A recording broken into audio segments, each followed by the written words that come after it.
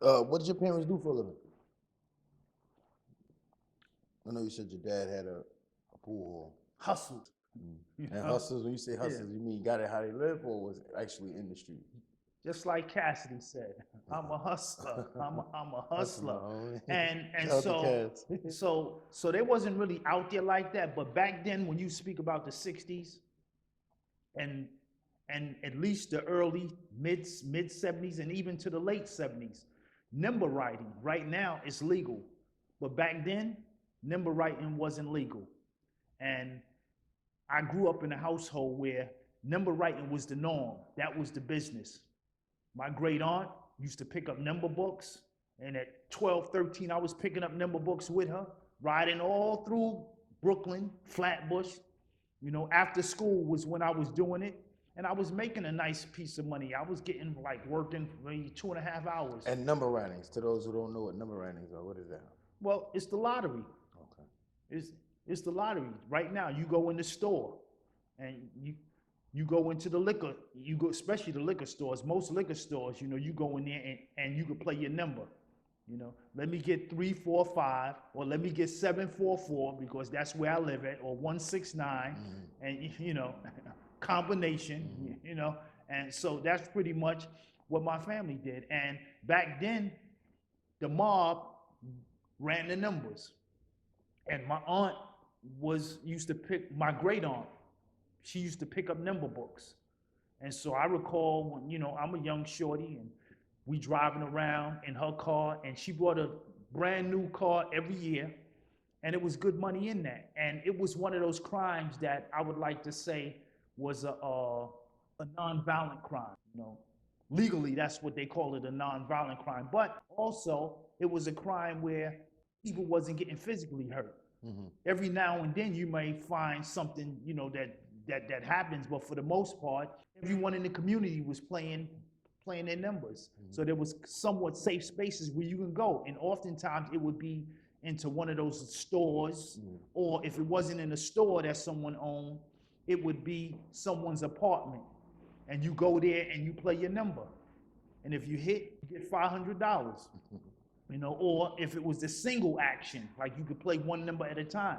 So I grew up in a household, so even in school, math was always one of my favorite subjects because it made sense. And that probably was because I was influenced by numbers. So I used to hold numbers in my head.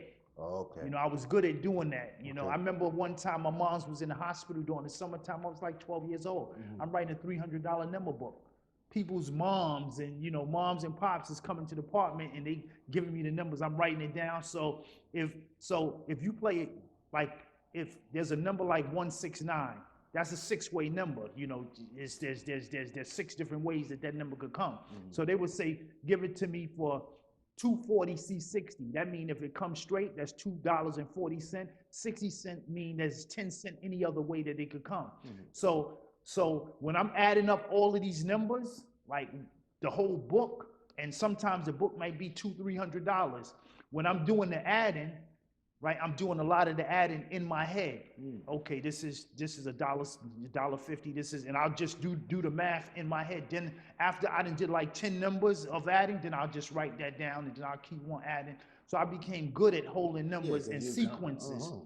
You know, but that's what my family was into. And my pops had a social club, even with a 3rd grade education. He had a social club, and he was a handyman. You know, he could do masonry. You know, and I don't know where he learned to do what he can do, but he was good with his hands. You know, we never had to go hire someone. He could do sheetrock. You know, he could do all that, and he did it well. You know, but he was originally from New York City, both of them? No, well, my mom's was born upstate, and my mom's, her ethnicity comes from what they call the American Indian, you know? And my pops come from down south in South Carolina. And his family, you know, they speak about the Gala, the Geechee, you know, from down south. And if anyone that knows the history of that, we go take it back to the transatlantic slave trade, where they brought Africans, you know, over on them ships and dropped them off at the ports and down. So that's where if I track back my great grandmother, now we going back to someone that was enslaved, you know? And so, but that's where my pops was born, and he came to New York when he was about 16, you know? But he worked on the farm down there, you know, when he was down south. So he was good with his hands. Yeah, he was good with his hands, you know? He had to stop school so he could help out down there. He had to work hard, okay. But he had the club, you know, he had a nice club that everybody in the community during the daytime, you know, the kids could come in, well, the teenagers could come in, but once it got dark, they had to get out, had the pool tables in there, the pinball machines was in there, and he had the bar. But at nighttime, when the sun went down, they had to get out, and it was only for adults. Your first experience, like, well, you said you were in the streets, you were dealing with the numbers. Your father knew you was doing this? Or you was What, numbers? Yeah. Yeah. Oh, you know, okay. My pops knew that. Okay. My pops, my moms knew that because, again, that was one of those, even though they considered it crime, we didn't look at it that way.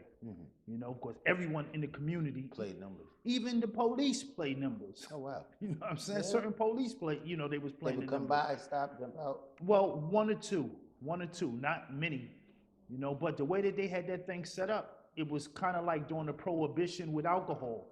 Okay. You know, the police know that these spots are selling alcohol, and they pay off the police.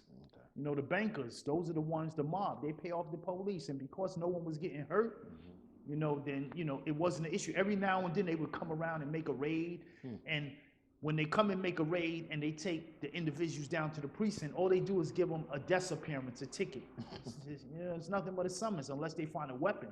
Then it's a different story. Okay. In those times, if you got caught with a gun, what would you get? Was guns even prevalent like that, or like? No, well, there wasn't a lot of guns back then out in the streets, definitely in the 60s, you know, but, you know, I could count on one hand the amount of people that I even heard of that had a gun. But you could get up to a year in the penitentiary for a gun. So they probably kept it to where it wasn't a felony, and it was a misdemeanor. Of course, if you got a felony, then that means that's one day over a year constitutes you having a felony, and you have to go upstate. If it's a year and under, that's a misdemeanor, and you would do jail time, but it'd be done in the county jail. Okay. All right. So you're in the streets now. You're running around. You're making money. Did you ever run into problems while you were doing the number one? Well, when did you branch off and start to do your own thing as far as running numbers and taking care of the books yourself? Well, I never really did my own thing with that, but I did do my own thing, and I can't remember if it was probably somewhere around that same time, because I was making money. I'm like working 2.5 hours a day for like 6 days, and I'm making like $200, $250, you know, but when